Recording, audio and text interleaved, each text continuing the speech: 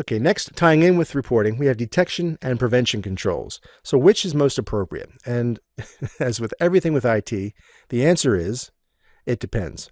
Well, it really does depend upon the environment, the cost, the budget, the manpower, resources, a lot of variables in play. But detection versus prevention, okay, we have two main things, all right? We can have a dog, that might be good, right? And especially for a homeowner, you can spend $5,000 on an extremely sophisticated alarm system, or you could spend, a couple $100 on a small little dog like we have over here in the corner that barks and scares your intruder away, just as effectively. So it really depends upon, all the other factors that I mentioned previously.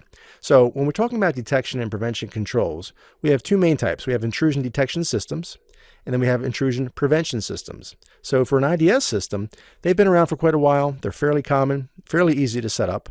They can log alerts and events, and that gives us the ability to go back and later analyze those logs for trending, for forensic purposes, and so forth.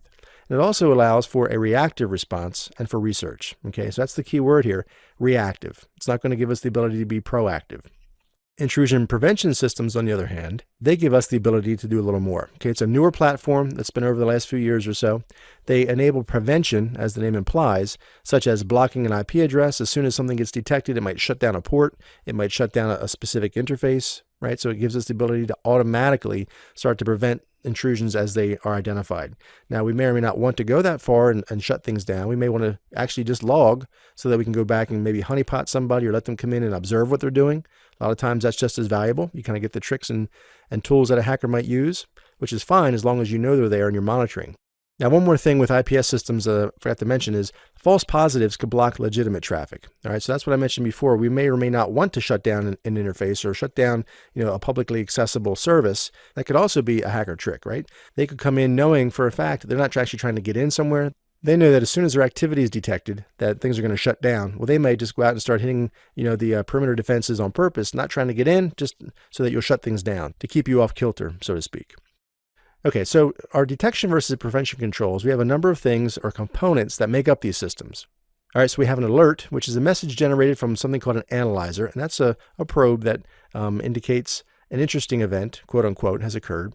We have the analyzer itself, okay, that processes data collected from one or more sensors and looks for suspicious activity. And again, this is deterministic or rule-based. We can tweak this up or down as far as sensitivity is concerned. We have our data source, which is the raw data being analyzed. It could be log files, audit logs, system logs, the logs that we mentioned previously. That's how these things kind of tie in together. Network traffic, anomalies, things along those lines. Or events, okay? So indication that suspicious activity may have occurred, which can trigger an alert or notification.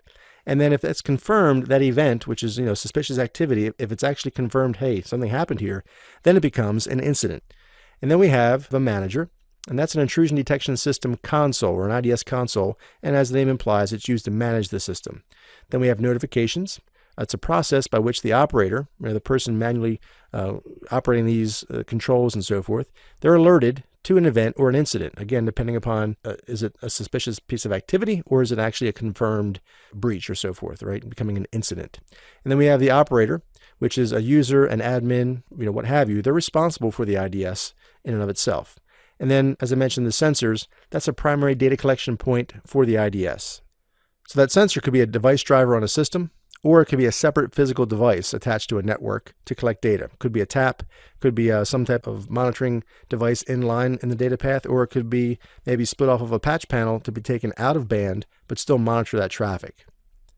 So if we look at a logical diagram, you can look and see all the components that make up an IPS system.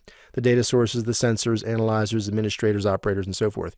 We don't need to go through and cover each of these points again, but you can see how they all connect, and there's a method to how data flows throughout the system. If you need to pause this for a few moments and study the diagram, that's fine, but just understand the components of an IDS or an IPS system and how they all tie in together. Okay, and then we have the age-old battle. Do we need technology or physical manpower? Well, we have cameras, right? They can detect things whether we're there or not, and it's certainly a deterrent. Or we have guards, and depending upon how big they are, they could be much more of a deterrent than a camera, right? It just depends on the environment, depends upon the people that we're going to come up against, location, skill level, so on and so forth. All right, so some pros and cons. A camera, that can be monitored or unmonitored and still provide deterrence. right? Because if you walk into a building and you see a camera sticking out of the ceiling, you don't really know if it's turned on or not. You don't know if it's connected to anything, but you're not going to take the chance of doing something malicious because you think you might be on film, or you might be streaming out live to some server maybe across town or across the country, and somebody might be watching what you're doing. So it can be monitored remotely from anywhere, and it can record activity for later investigation or prosecution, right? Because if you're on film, it's really hard to dispute what you did. It's basically black and white. You either did it or you didn't. It's on film. So those types of things are psychological as well as, real deterrents to malicious activity. And then lastly, it records everything that passes in front of that lens. And why I say that's important is because if we have a guard, to contrast, a guard might be looking at somebody walking in, or that person, if they're skilled, will create some type of diversion to draw that guard's attention, and they're not going to notice the other things that are taking place.